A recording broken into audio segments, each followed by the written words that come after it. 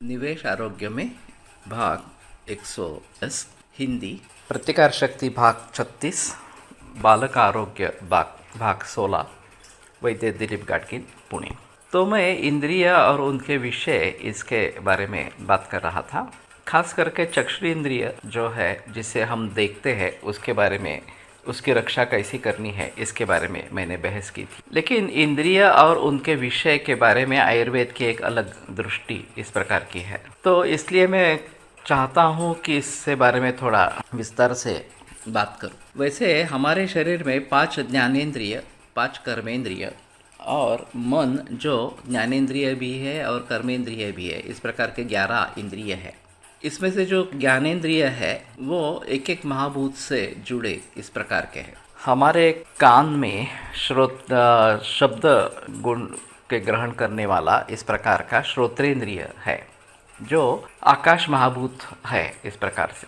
और चूंकि शब्द या आकाश का गुण है और श्रोत्रेंद्रिय आकाश महाभूत ही है, तो श्रोत्रेंद्रिय से शब्द का ग्रहण किया जाता है, कोई शब्द हो, कोई स्वर हो वगैरह इस प्रकार से। उसके आगे स्पर्शनेंद्रिय है जो वायु महाभूत प्रधान इस प्रकार का है और ये आकाश से उत्पन्न होने वाला इस प्रकार का है, वायु महाभूत जो है वो।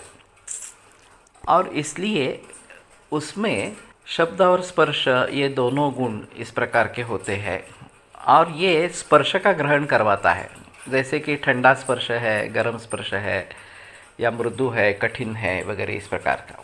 फिर इससे आगे तेज महाभूत है जो इस वायु महाभूत से उत्पन्न इस प्रकार से होता है और उसमें पहले 2 महाभूतों के शब्द स्पर्श और खुद का रूप ये गुण होते हैं। और चक्षुरेंद्रिय द्वारा हम चीज़ों को देख सकते हैं, उनके रंग को पहचानते हैं, उनके आकृति विशेष को पहचानते हैं, इस प्रकार की बात होती रहती है। फिर तेज महाभूत से आगे जल महाभूत इस प्रकार का है जो कि ये 3 गुण जो है शब्द स्पर्श रूप और साथ में जल महाभूत का विशेष गुण जो रस है वो लेकर आता है और ये जिह्वा में स्थित है और उसके जरिए ये मधुर है, ये अम्ल है, ये कड़वा है, इस प्रकार का ज्ञान हमें होता है, रसों का ज्ञान हमें होता है। और उसके आगे जो है वो पृथ्वी महाभूत है जो जल महाभूत से उत्पन्न होता है और उसमें पहले 4 महाभूतों के शब्द स्पर्श रूप रस और खुद का गंध गुण ये होते हैं। ये नासा स्थित है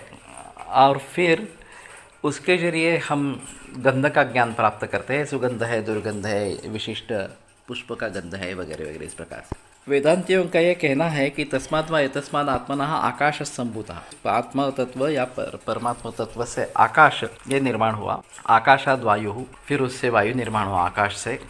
वायो अग्नि, वायु से अग्नि निर्माण हुआ। अग्नि आपः, और फिर उससे जल महाभूत निर्माण हुआ।